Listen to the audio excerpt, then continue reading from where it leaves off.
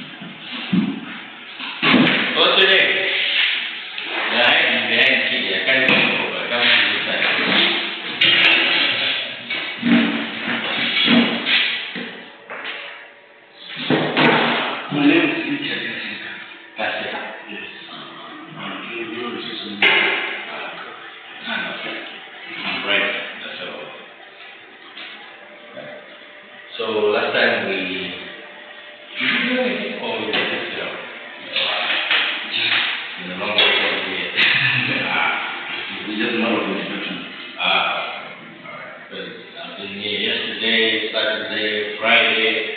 So that's why I was sort of rambling. Coming again on Monday. I thought we had agreed to put it on another day. Maybe I must have been talking to someone else for another class, so that's fine. So we just did an introduction. Right. So I hope that your friends will share you the outline, course outline. Yeah? So you should have it so that you should know what are we doing with this particular project. So the subject is human resource studies. So basically what we're just doing is to audit in terms of the human resource. So we normally know audit happy. Okay? But we can also audit in terms of the human resource department as well. So basically that's what we're looking at. So this is like more or less like a research for us to understand the status quo, to understand the kind of situation, yeah, and whether to see if there are certain things that we need to improve, okay, in terms of HR practices. And when we say HR practices, I'm simply referring to the HR function, the way how we do training, the way how we do recruitment, the way how we do selection. It might not be that we're always using the right process. So how would you know that? Through the auditing. You get a picture now, right? Basically, that's what we're doing in this particular subject. So we had defined what human resource audit is all about, and we talked about the concept. Okay? Then we also talked about the scope. Alright. So the scope basically looks at three issues. How the human resource strategy that align with the corporate strategy.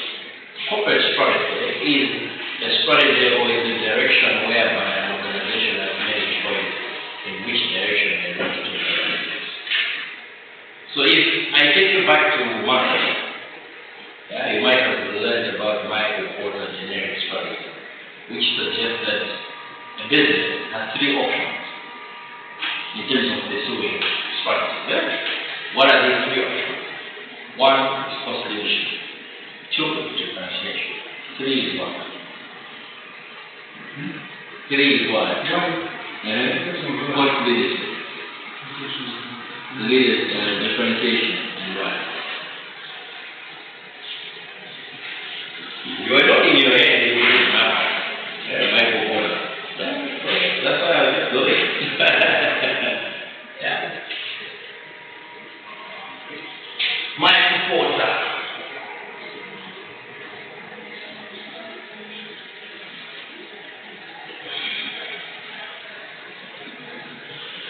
Does it ring a bell? Does it ring a bell? Not yet. Okay.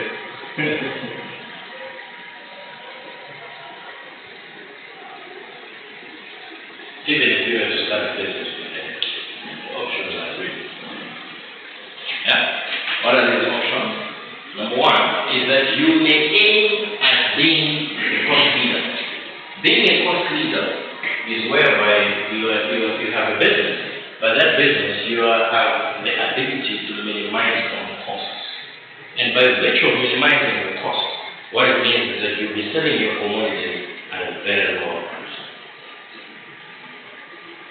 So when you're doing business, your strategy sometimes is when you look at the market and say, oh, product is not good at this. What do I do? Just what? Okay? But for you, of course, to reduce the price, it means that you have to also find a way on how you're going to minimize your what? The cost, isn't it? Because obviously, the price and the cost is what will give you whether you're going to be making a profit or not. So whatever the case, you will try as much as possible to find a product that will be at a cheaper price so that you can also sell. At a cheaper cost so that you should be able to sell it also at a lower price. Okay? So these are cost leaders. Cost leaders is we are looking at that you have the ability to enjoy in terms of the economy of scale. You understand this terminology? Economy of scale. Yeah? And that's what we are doing. if you are enjoying economies of scale, then you have the ability to basically produce more, but at a lower cost. That means you should be able also to sell your commodities at a very cheap price. Because already you have the ability, you have the upper hand to reduce your what? Your costs.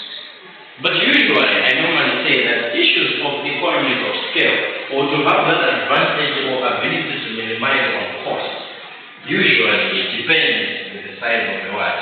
Of the organization. Why? For instance, if you're purchasing raw materials,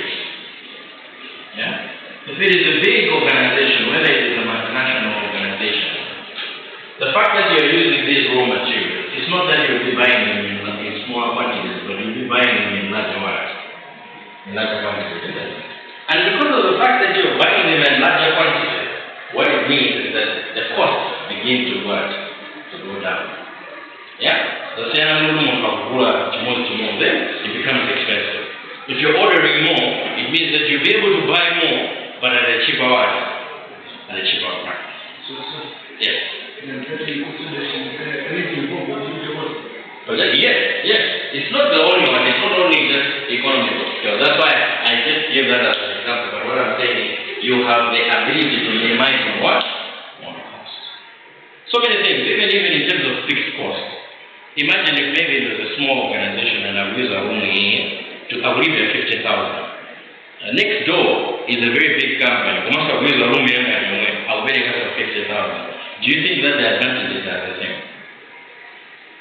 For the smaller 50 days, we'll make an able, right? Because it's a small organization, isn't it? For the larger organization, the same size of the room, the same rental, from a 50 years in morning and like that. Why?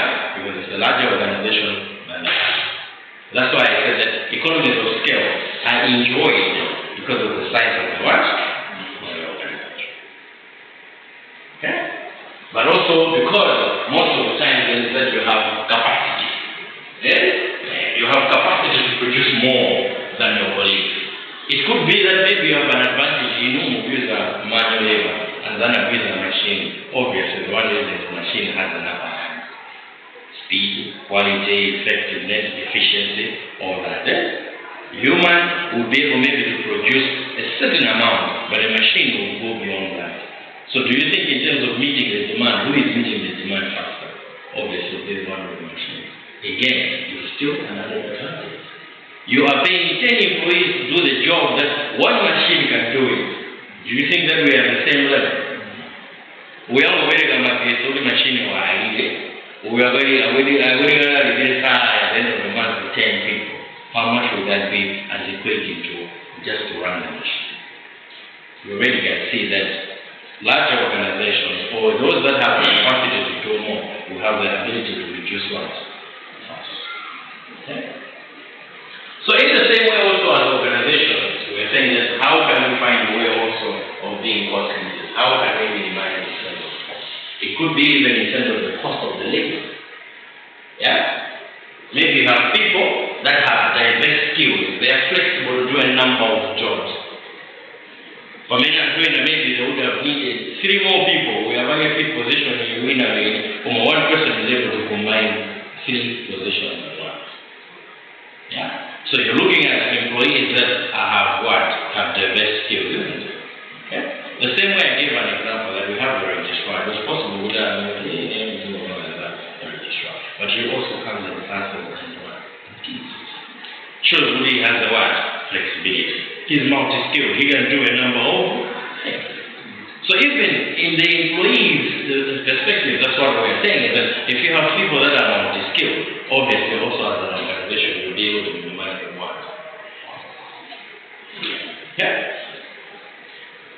Not only that, as we said, that audit will help us to streamline certain processes. To streamline work processes. To streamline means that you are simply reducing certain things, because there are times where in an organization there are certain processes that we follow just because it is there. But at the end of the day, as an organization, it is unnecessary cost. But when you look at that process, it's something that does not add any value. But what it will mean is that if you're reducing in terms of the process, remember, I have emphasized time and time and again, because we are talking about that nowadays days, organizations have to be what? Efficient. So how do you become efficient when your process is, step 1, step 2, and step 12, too much. That's what I'm saying, is that now an audit sometimes will help us and say, no, so what you're doing there is streamlining. You're reducing in terms of the work process. That's just an example. Yeah, but we're talking about basically processes and practices that we're basically following. Now, what I'm trying to emphasize there is that my processes, or my practices, they are time consuming, and at the end of the day, they are too time consuming. Again, for the organization is necessary. What? So, auditing will also help us in that. So, what we are saying is that our human resource strategy that we are using in the organization should align with the corporate strategy. That's what we're saying about thing 1. So, the corporate strategy is the direction that we are taking as an organization. So, I'm saying, as an organization, we have 3 directions. As an overall, for the whole organization, we have 3 options. Either become cost leaders. So here, what we want is to become leaders in the market. Yeah? So how do we become leaders in the market? If we're able to have more customers. And how are we going to gain that? Obviously, the customers want products that are at a cheaper one. But what determines the price is the cost of producing the product.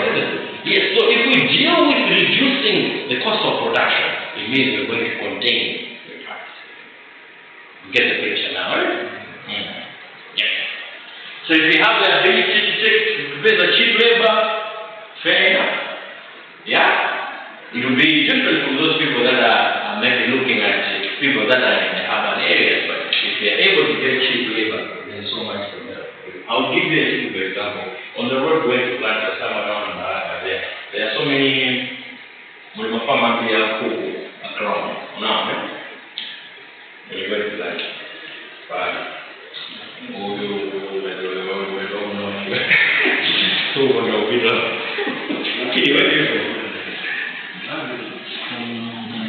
you're from over.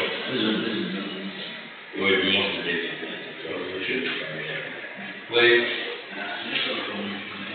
You're from the north like Mumbai.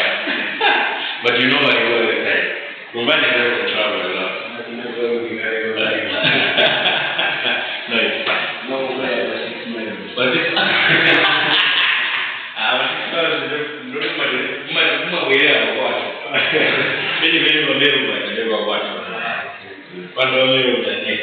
that's fine. That's my home.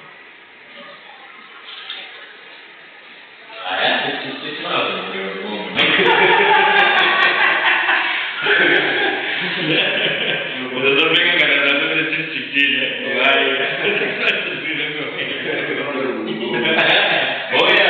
Oh yeah, 86 miles in the moment. Yeah, 86 miles. Yeah, 6 miles. Actually, the money I made, I was government. I was Chiro way, sorry, one way.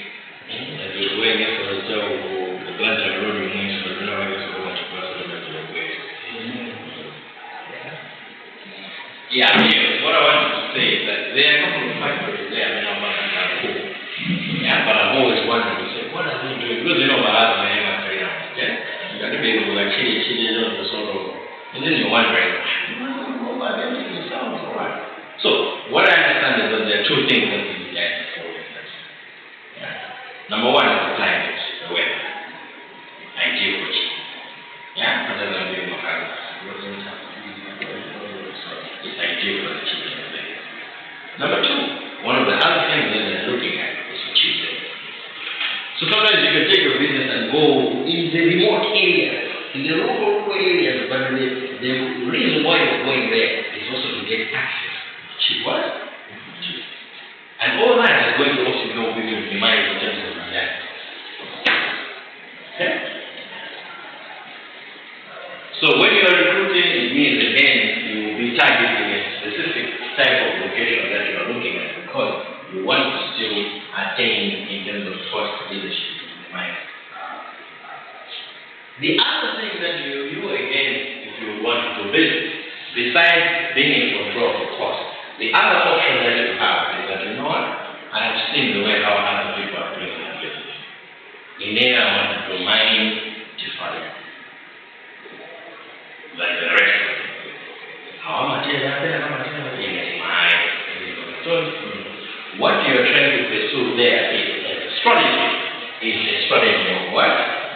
Differentiation. This is not so much it is. That's a different somebody can decide to do that. Yeah? So no, I want to distinguish myself. You know what? This is what I will do. So you can differentiate. So the act of differentiation may mean that again it's on the basis of the four marketing mixes that we understand. Yeah? You can differentiate on the basis of what you offer as a product. Okay? You can also differentiate on the basis of how you price it. You can also differentiate on the basis of where your customers get the product. Distribution. You can also distinguish yourself based on how you promote your product. So you can aim at distinguishing yourself in whatever way that you want. But at the end of the day, as a business, you are looking at a strategy of what? Differentiation. So it could be the team that you have, yeah, the expertise that they have, other people do not have. It could be the qualifications that they hold. Now I'm talking about human resources. This is not have on my mind yet, because I just want you to understand where we're saying corporate strategy. Yeah, that's why I kind of like that deviation. But remember that we are talking about human resources. Okay. Then the last one is where we're saying focus. Or known as niche. Niche is a small segment. Well, as the word suggests, focus. Focus, it means that you have analyzed the market and you feel like, I have to find out this. Let's see. So you really need to have a niche. I mean, you're not getting to start with. You have to have a focus. Now, you focus on that particular word. Yeah. So it is usually a group that is unsatisfied. Unsatisfied in terms of that there is no one who is meeting their needs. Okay? So the same example that I was saying that, okay, all universities are focusing on degrees, masters, and blah, blah, but not most courses are institutions are focusing on certificate courses. So the issue is, not everyone that wants to go to school wants to be there for 4 years. No. Yeah? But in around 6 months, they are done. How? They don't have time to be there for 4 years. Okay? Or there could be other people that do not want to go and learn all the courses, but they want something specific that they want to learn. And they just want to get that particular skill. Okay? Actually, I was reading that way and there was a debate whether nowadays when you look at a degree vis-a-vis skill, which one would you go for? To have the degree and then have the skill. The skill. Why? Still, you can make any time. Degree, it will depend on the market and the availability of those. So the degree can limit you, the degree can limit you. Skill also limit you, and again, it will depend on what you know. If you don't know it,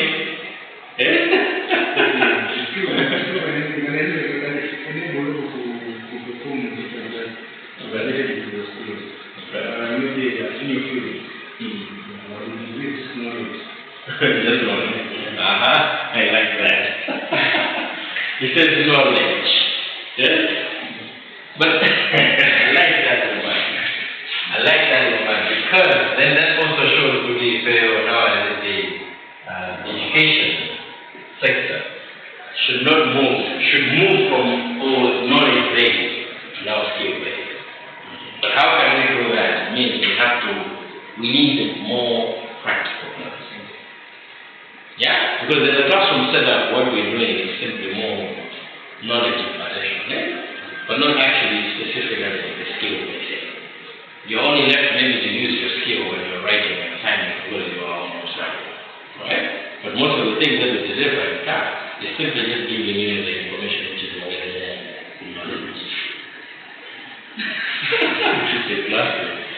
So what is something that you're going to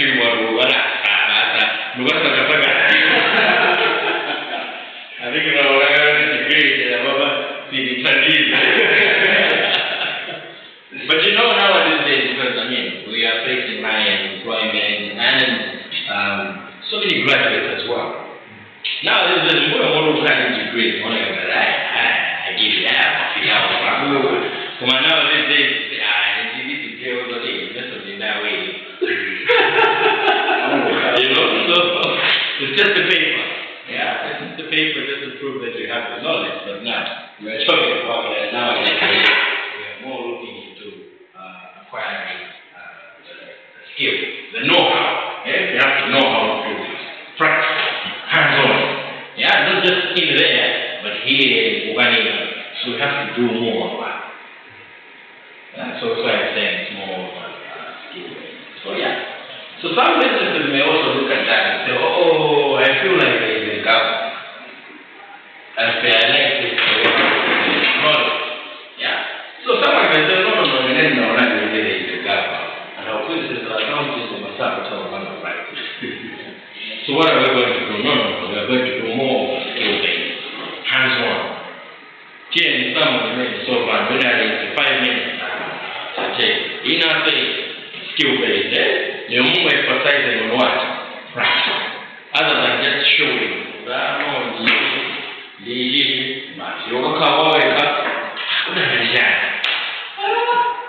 You can't apply the math.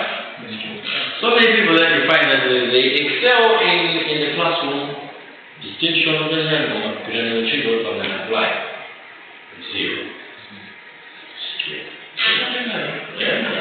So again, as a business, sometimes we may decide to say, there is something that I want to focus. So it's like you're selecting now a specific segment and saying, no, I want to deal with this particular thing. Because I still feel that this, the market is there, customers are there, but some customers are not satisfied with the way. So you have to target that particular approach. And that's what we're saying.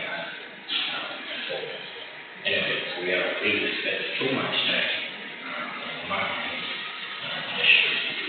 So my proposal says that these are the 3 options, and we have some businesses who are stuck in the middle, where they don't have a clear strategy. Of course, that's the most ideal, because it means when you strategy, because all these strategies will also depend on how the environment is going. For example, we are now in the season of evaluation. Will it be possible for you as a business to be as costly? It will be difficult, because it is where I am. You are aiming at all the system, will only reduce the cost, will only reduce the price of your commodity. But you still find that when you make a huge evaluation, you still say, that's why even people that are in businesses will tell you, no, you just made water more than. Yeah? So which means they can't reduce the price. It's also impossible.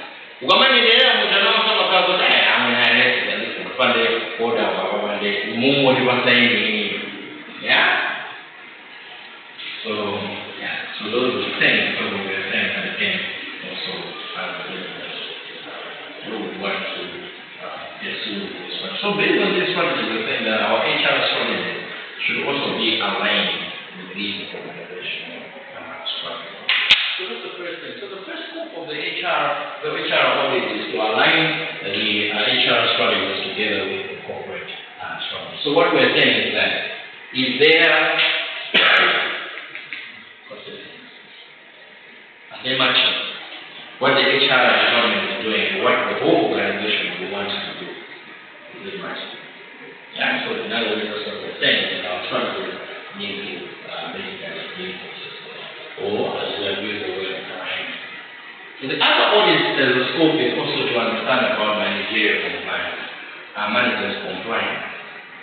What are they complying to? Policies, procedures, and legal requirements. So what the audit would want to check, yes, we have our policies, but who is following? Yeah, that's the issue about what? Compliance. So you don't want to have policies that are dormant, that are not being used. Zanukala in the book, Zanukala in the manual, Kudare Shala manual, there's the purpose. Why did you come up now with the policy? Because every policy that you put in the organization, there is a reason behind it. So if you're not implementing it, then the same organization will be what? Affected. Because the policies will guide what should be done at what time. Procedures, processes, it aligns things that to say these are the flow in terms of what? Work. Yeah? Because it's to ensure that again as an organization, you are what? Coordinating it.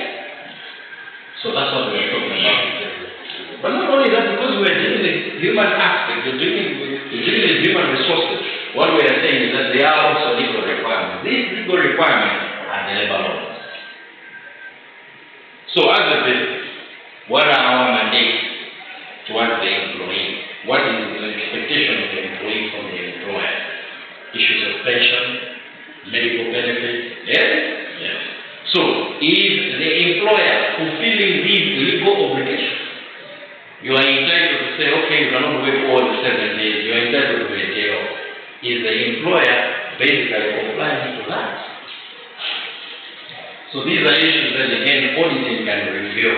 Oh no, you guys are thinking, you're not a twist. Because you're not what? You're not complying with the law. Okay? So the repercussions may not be seen immediately. That's why I remember I told you about this. So the subject here is not just about finding a problem. But again, you are simply looking at the probable cause or something that can cause you a future dilemma or so forth. At times, sometimes when you have an employee, you don't see much happening because of it. You only get to know that when you fire a particular person. That's why now you now think, okay, well, we'll claim almost in Korea. Because now the person has been what? Has been fired. Okay? So issues of auditing will help us basically to have an overview to see whether as an organization we are complying with our own human resource policies, procedures, and legal requirements. Not only that, the basis of any organization, the heart of the organization, are the people that are working for it. Okay? That's the heart of a business. You cannot be a business, you cannot be an organization without people. Because people are the ones who do the work, the actual business. So what does that mean? So it means that again also as an organization, we have an obligation to make sure that our employees are what? Satisfied. They are happy, they are motivated, they have high morale. Yeah? So in services we say that a happy employee means a happy customer. That's what we say in service management. Especially in businesses that are offering services, because most services are offered by what? By people. In any that we are in, you'll be able to see anything when I'm class. You'll be able to notice it. So that's why we're looking at that. Employee satisfaction is key also to an organization, because it makes the employee happy and he will deliver also a good service to the customer. Okay? And in so doing, we find also the customers are also satisfied, they are also happy with the service that they want. So what we are saying is that the human resource department should attempt to meet employee objectives. But what we are saying is that we cannot meet all of them. We are saying where it is what? So all of us will be happy. We'll buy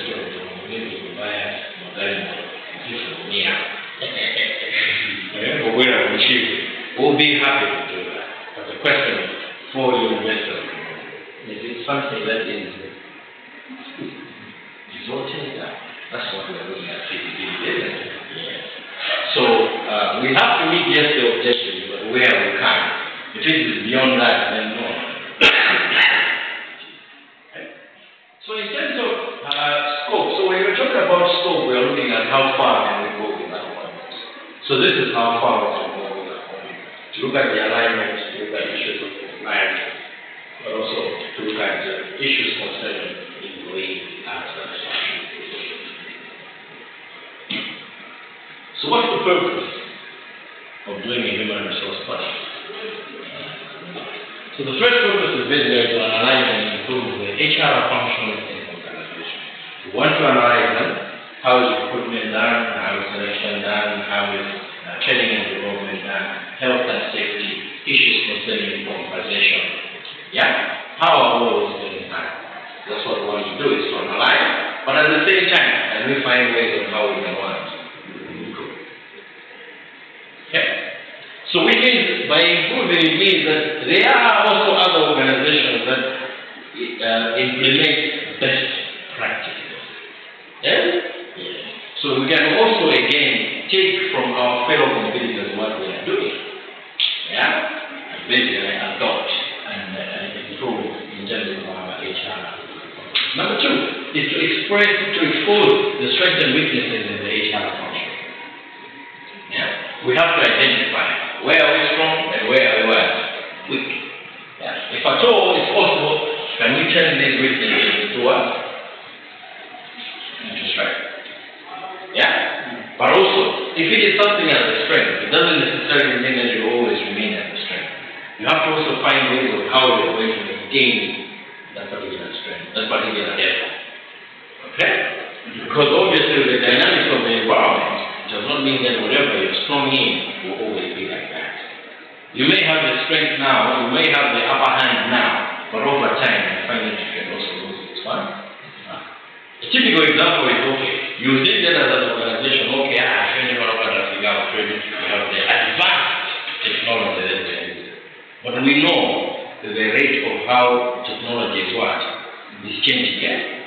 In the next 1 year or 6 months, do you think that the same technology that we're saying is advanced is still advanced? Obviously.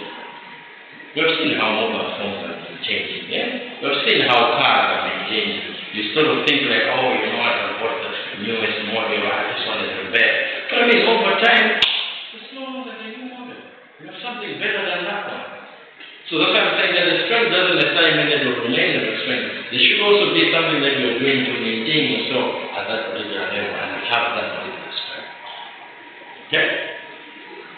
So again, one of the purposes of the audit is also to expose the strengths and weaknesses of the HR functions and any issues that need solving, resolution.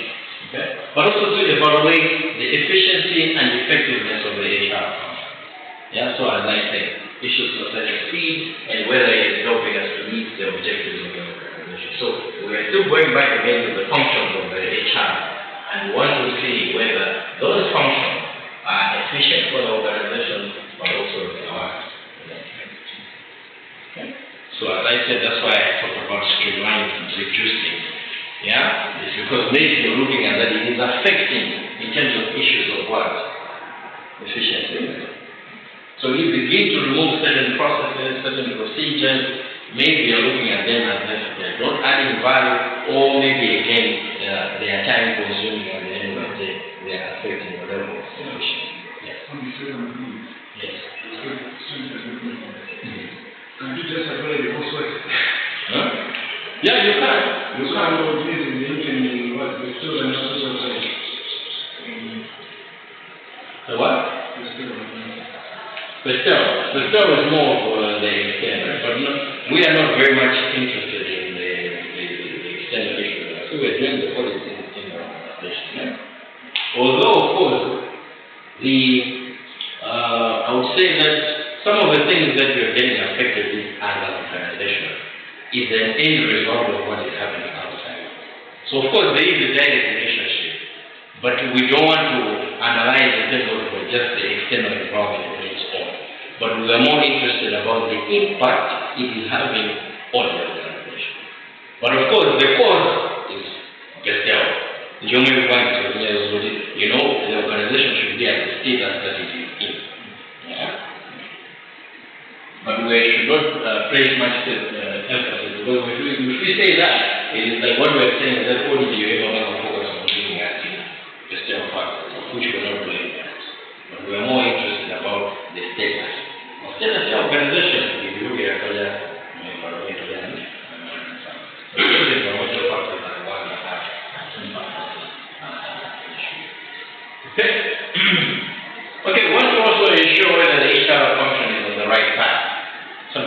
doing things and we don't know whether we're doing the right thing or not. It's too easy.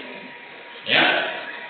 So, at times also audit will also help us to say, sometimes we wake up, we see what other people are doing. I've been an extra step. If you get one of these ways, we have to change. Yeah? So audit will also help us in a way to be sure whether the HR function is also being on the right path. On the right path is because we're saying that whether it's helping the company to achieve its goals or basically not. So are you achieving your goals or not? So if it's not helping you to achieve your goals, it means it's sort of the right path. Right? So the things that we have to change.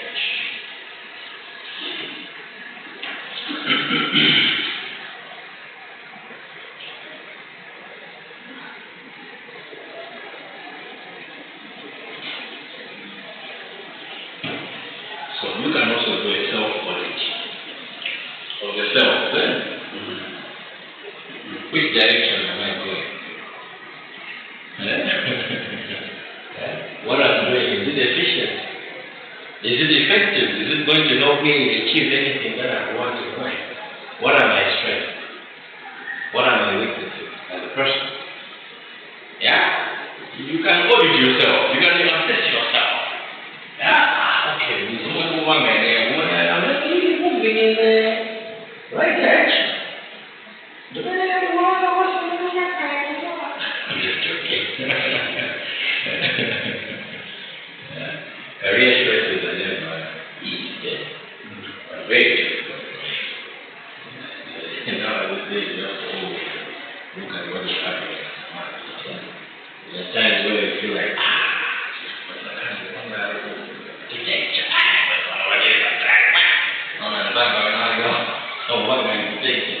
so usually, career issues